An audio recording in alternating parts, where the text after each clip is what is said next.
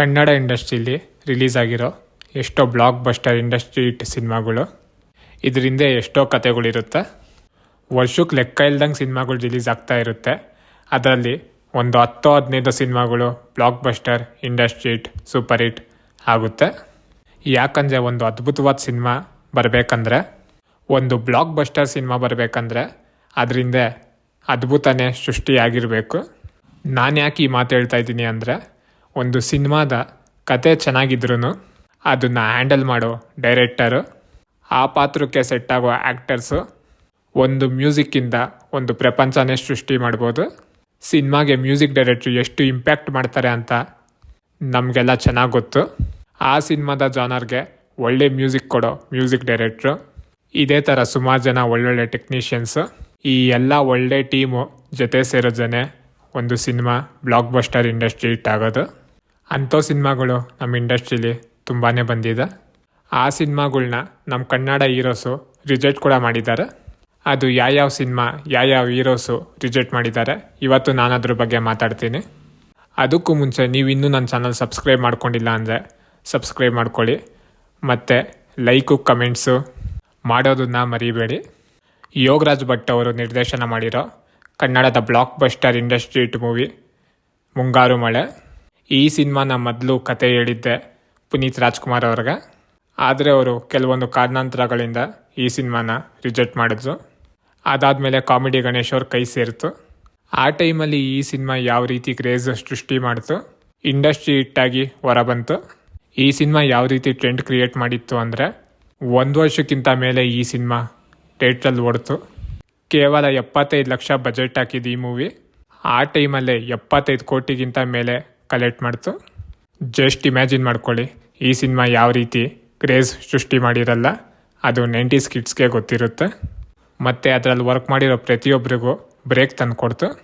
ಇದೇ ಲಿಸ್ಟಲ್ಲಿರೋ ಮತ್ತೊಂದು ಸಿನಿಮಾ, ಇದು ಕನ್ನಡ ಚಿತ್ರರಂಗಕ್ಕೆ ಒಂದು ಅಕ್ಷಯ ಪಾತ್ರೆ ಅಂತಲೇ ಹೇಳ್ಬೋದು.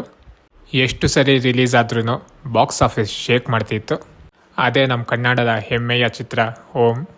ಈ ಸಿನಿಮಾದ ನಾಯಕನಾಗಿ ಮೊದಲು ಕುಮಾರ್ ಗೋವಿಂದ್ ಅವರು ಆಯ್ಕೆ ಆಗಿದ್ದರು. ಉಪೇಂದ್ರ ಅವ್ರ ಹಿಂದಿನ ಸಿನಿಮಾದಲ್ಲಿ ಕುಮಾರ್ ಗೋವಿಂದ್ ಅವರೇ ಹೀರೋ ಆಗಿದ್ದರು. ಆ ಚಿತ್ರ ಕೂಡ ಸೂಪರ್ ಹಿಟ್ ಆಗಿತ್ತು.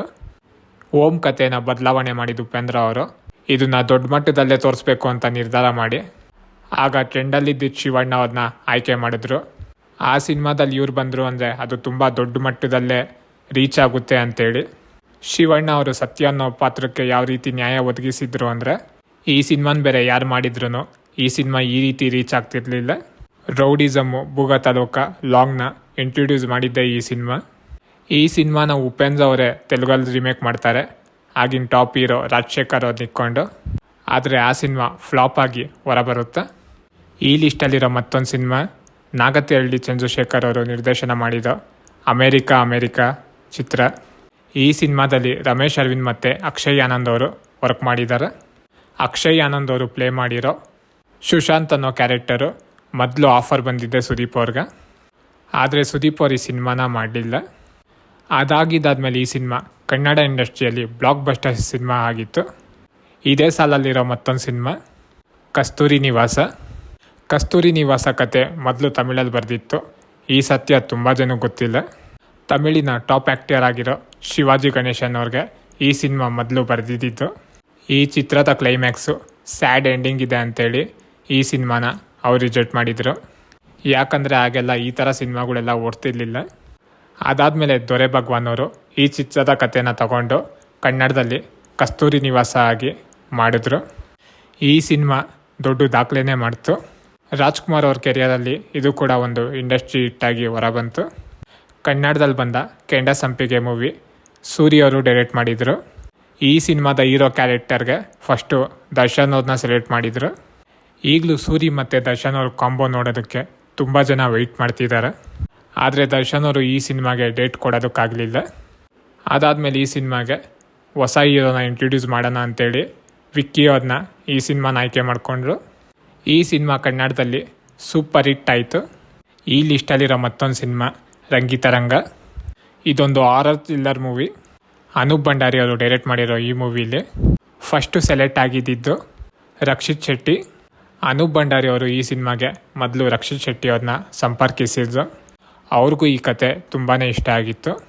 ಆದರೆ ಅವರು ಆ ಟೈಮಲ್ಲಿ ಉಳಿದವರು ಕಂಡಂತೆ ಆ ಸಿನಿಮಾದಲ್ಲಿ ಬ್ಯುಸಿಯಾಗಿದ್ದರು. ಅದರಿಂದ ಅವರು ಈ ಸಿನಿಮಾನ ಮಾಡೋಕ್ಕಾಗಿಲ್ಲ. ನಂತರ ಈ ಸಿನಿಮಾಗೆ ಅನೂಪ್ ಭಂಡಾರಿ ಅವರು ಹೀರೋ ಆಗಿ ಆ್ಯಕ್ಟ್ ಮಾಡಿದರು. ಒಂದು ವಿಭಿನ್ನತೆ ಹೊಂದಿರೋ ಈ ಸಿನಿಮಾ ಆ ಟೈಮಲ್ಲಿ ತುಂಬ ದೊಡ್ಡದಾಗೆ ಸೌಂಡ್ ಮಾಡ್ತು. ಬ್ಲಾಕ್ ಬಸ್ಟರ್ ಸಿನಿಮಾ ಆಯಿತು. ಪವನ್ ಕುಮಾರ್ ಅವರು ಡೈರೆಕ್ಟ್ ಮಾಡಿರೋ ಸಿನಿಮಾ ಲೂಸಿಯಾ. ಈ ಸಿನಿಮಾಗೆ ಫಸ್ಟು ಚಾಯ್ಸ್ ಇದ್ದಿದ್ದು ದಿಗಂತ್. ಪವನ್ ಕುಮಾರ್ ಅವರು ಇವ್ರಿಗೆ ಕಾಂಟ್ಯಾಕ್ಟ್ ಮಾಡಿದರು. ಇವರಿಬ್ಬರು ಮೊದಲು ಲೈಫು ಇಷ್ಟೇ ಸಿನಿಮಾದಲ್ಲಿ ಜೊತೆಗೆ ಆ್ಯಕ್ಟ್ ಮಾಡಿದರು. ಆದರೆ ಅವರು ಬ್ಯುಸಿ ಇದ್ದಿದ್ದ ಕಾರಣದಿಂದ ಈ ಸಿನಿಮಾ ಕೈ ಬಿಟ್ಟರು. ಅದಾದಮೇಲೆ ಈ ಸಿನಿಮಾಗೆ ಸತೀಶ್ ನೀನಾಸಂ ಅವ್ರನ್ನ ನಾಯಕನಾಗಿ ತಗೊಂಡ್ರು. ಡಿಫ್ರೆಂಟ್ ಸ್ಟೋರಿ, ಡಿಫ್ರೆಂಟ್ ಸಾಂಗ್ಸ್ ಇರೋ ಈ ಸಿನಿಮಾ ಜನರಿಗೆ ತುಂಬಾ ಇಷ್ಟ ಆಯಿತು. ಆಗ ಈ ಸಿನಿಮಾ ಸೂಪರ್ ಹಿಟ್ ಆಯಿತು. ಈ ಲಿಸ್ಟಲ್ಲಿರೋ ಮತ್ತೊಂದು ಸಿನಿಮಾ ಜೋಗಿ. ಈ ಸಿನಿಮಾದಲ್ಲಿ ದರ್ಶನ್ ಆ್ಯಕ್ಟ್ ಮಾಡಬೇಕಾಗಿತ್ತು. ಆದರೆ ಈ ಸಿನಿಮಾದಲ್ಲಿ ದರ್ಶನ್ ಅವರು ಆ್ಯಕ್ಟ್ ಮಾಡೋಕ್ಕಾಗಿಲ್ಲ. ಅದಾದಮೇಲೆ ಜೋಗಿ ಪ್ರೇಮ್ ಅವರು ಈ ಸಿನಿಮಾ ಮಾಡೋದಕ್ಕೆ ಶಿವಣ್ಣ ಅವ್ರನ್ನ ಕೇಳ್ಕೊಂಡ್ರು. ಇವೆಲ್ಲ ಆದಮೇಲೆ ಈ ಸಿನಿಮಾ ಯಾವ ರೀತಿ ರೆಕಾರ್ಡ್ ಕ್ರಿಯೇಟ್ ಮಾಡ್ತು ಅಂತ ಎಲ್ರಿಗೂ ಗೊತ್ತು. ಈ ಸಿನಿಮಾದಿಂದ ಶಿವಣ್ಣ ಅವ್ರಿಗೆ ರಾಜ್ಯ ಪ್ರಶಸ್ತಿ ಕೂಡ ಸಿಕ್ತು. ಈ ಸಿನಿಮಾ ಪ್ರೇಮ್ ಅವ್ರಿಗೆ ಯಾವ ರೀತಿ ನೇಮ್ ತಂದುಕೊಡ್ತು ಅಂದರೆ ಈಗಲೂ ಅದನ್ನೆಲ್ಲ ಜೋಗಿ ಪ್ರೇಮ್ ಅಂತಲೇ ಕರೀತಾರೆ. ಸಲ್ಮಾನ್ ಖಾನ್ ಅವರು ನಟನೆ ಮಾಡಿರೋ ಬಜರಂಗಿ ಭಾಯಿಜಾನ್ ಸಿನಿಮಾ. ಈ ಸಿನಿಮಾದ ಪ್ರೊಡ್ಯೂಸರ್ ಹೇಳಿರೋ ಪ್ರಕಾರ ಈ ಸಿನಿಮಾ ಮೊದಲು ನಾಯಕನಾಗಿ ಆಯ್ಕೆ ಆಗಿದ್ದು ಪುನೀತ್ ರಾಜ್ಕುಮಾರ್ ಅವರು. ಅವ್ರನ್ನ ಕೇಳ್ಕೊಂಡಿದ್ರು. ಆದರೆ ಅವರು ಕೆಲವೊಂದು ಕಾರಣಗಳಿಂದ ಈ ಸಿನಿಮಾದಲ್ಲಿ ಆ್ಯಕ್ಟ್ ಮಾಡಲಿಲ್ಲ. ಅದಾದಮೇಲೆ ಈ ಸಿನಿಮಾ ಸಲ್ಮಾನ್ ಖಾನ್ ಅವ್ರ ಕೆರಿಯರಲ್ಲಿ ಒಂದು ದೊಡ್ಡ ಸಿನಿಮಾ ಆಗಿ ಹೊರಬಂತು. ಡಾಕ್ಟರ್ ರಾಜ್ಕುಮಾರ್ ಅವರು ಆ್ಯಕ್ಟ್ ಮಾಡಿರೋ ಸಿನಿಮಾ ಆಲು ಜೇನು. ಈ ಸಿನಿಮಾಗೆ ಮೊದಲು ಅನಂತ್ನಾಗ್ ಅವರು ಆ್ಯಕ್ಟ್ ಮಾಡಬೇಕಿತ್ತು. ಅವ್ರನ್ನ ಆಯ್ಕೆ ಮಾಡಿದರು. ಅನಂತ್ನಾಗೋಸ್ಕರನೇ ಈ ಸಿನಿಮಾದ ಕತೆ ಬರೆದಿದ್ರು. ಯಾಕಂತ ಗೊತ್ತಿಲ್ಲ, ಆದರೆ ಈ ಸಿನಿಮಾದಲ್ಲಿ ಅನಂತ್ನಾಗ್ ಅವ್ರ ಬದಲಾಗಿ ಡಾಕ್ಟರ್ ರಾಜ್ಕುಮಾರ್ ಅವರು ಆ್ಯಕ್ಟ್ ಮಾಡಿದ್ರು. ಅದಾದಮೇಲೆ ಈ ಸಿನಿಮಾ ಯಾವ ರೀತಿ ಹಾರರ್ ಸೃಷ್ಟಿ ಮಾಡ್ತು ಅಂತ ನಮಗೆಲ್ಲ ಗೊತ್ತು. ಈ ಲಿಸ್ಟಲ್ಲಿರೋ ಮತ್ತೊಂದು ಸಿನಿಮಾ ಕಾಂತಾರ. ಈ ಚಿತ್ರದಲ್ಲಿ ರಿಷಬ್ ಶೆಟ್ಟಿ ಅವ್ರಿಗೆ ಪುನೀತ್ ರಾಜ್ಕುಮಾರ್ ಅವರು ಆ್ಯಕ್ಟ್ ಮಾಡಬೇಕು ಅಂತ ತುಂಬಾ ಇಷ್ಟ ಇತ್ತು. ಈ ಸಿನಿಮಾದಲ್ಲಿ ರಿಷಬ್ ಶೆಟ್ಟಿ ಅವರು ನಾಯಕನ ಪಾತ್ರಕ್ಕೆ ಪುನೀತ್ ಅವ್ರನ್ನ ಹೋಗಿ ಕೇಳಿದ್ರು. ಆದರೆ ಕೆಲವೊಂದು ಕಾರಣಗಳಿಂದ ಪುನೀತ್ ಅವರು ಈ ಸಿನಿಮಾ ಮಾಡೋಕ್ಕಾಗಲಿಲ್ಲ. ಅದಾದಮೇಲೆ ಈ ಸಿನಿಮಾ ರಿಷಬ್ ಶೆಟ್ಟಿ ಅವರೇ ಹೀರೋ ಆಗಿ ಆ್ಯಕ್ಟ್ ಮಾಡಿದ್ರು. ಅವೆಲ್ಲ ಆದಮೇಲೆ ಈ ಸಿನಿಮಾ ಯಾವ ರೀತಿ ರೆಕಾರ್ಡ್ ಕ್ರಿಯೇಟ್ ಮಾಡ್ತು ಅಂತ ನಮಗೆಲ್ಲ ಗೊತ್ತು. ಕನ್ನಡ ಇಂಡಸ್ಟ್ರಿನ ಮತ್ತಷ್ಟು ದೊಡ್ಡದಾಗಿ ಮಾಡ್ತು ಈ ಸಿನಿಮಾ. ಬರೀ 14 ಕೋಟಿ ಇನ್ವೆಸ್ಟ್ ಮಾಡಿ ಈ ಸಿನಿಮಾ ಸುಮಾರು 450 ಕೋಟಿ ಬಾಕ್ಸ್ ಆಫೀಸ್ ಕಲೆಕ್ಷನ್ ಆಯಿತು.